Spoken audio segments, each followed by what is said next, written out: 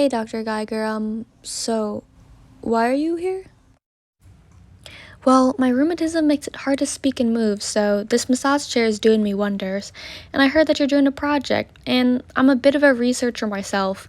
It took me and Ernest 3 different modules just to get that dang particle angle correct. Ernest Rutherford, didn't he, do that gold foil experiment? I suppose that's how they're teaching the Westerners what happened.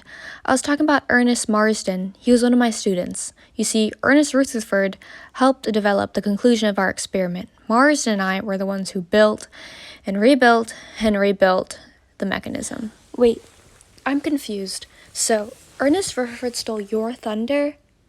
Oh, actually, could you just explain the whole story? No. Dr. Rutherford was a great friend of mine thanks to the gold foil experiment. Dr. Rutherford Sr. invited me to work in the labs at the University of Manchester. You see, Dr. Rutherford recently discovered alpha particles and wanted to find its charge to mass ratio. I was incredibly impressed and tinkered up some stuff to help him with this. However, it was quite difficult.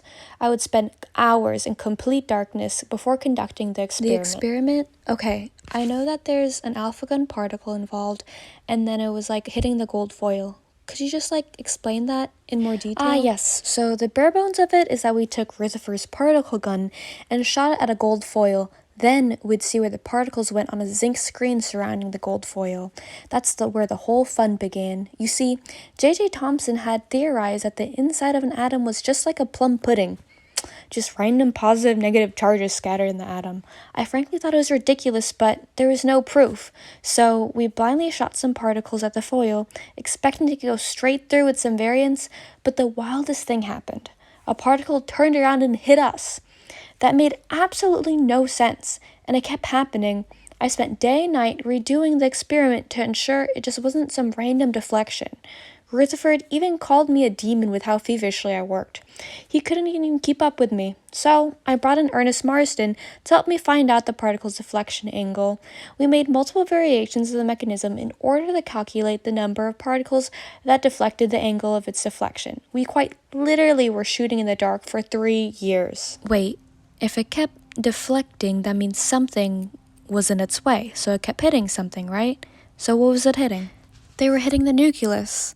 You see, although in Japan, Dr. Nagaoka had this idea that atoms might look similar to Saturn and its rings, so he sent his Saturnian model to Dr. Rutherford, who then created the nucleus model.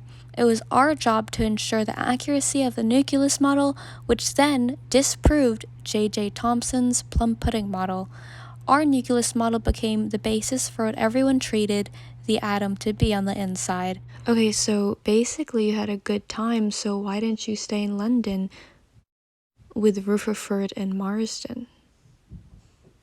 I simply couldn't. We were quite lucky to even finish the experiment in time. Europe was falling apart with Bosnian crisis and democratization. With World War coming, I returned to Germany and eventually fought for my country. Our work together ended up discovering a nucleus, but we stayed as close friends even after the war. Well, it's about time I head out. I hope this helped in your project.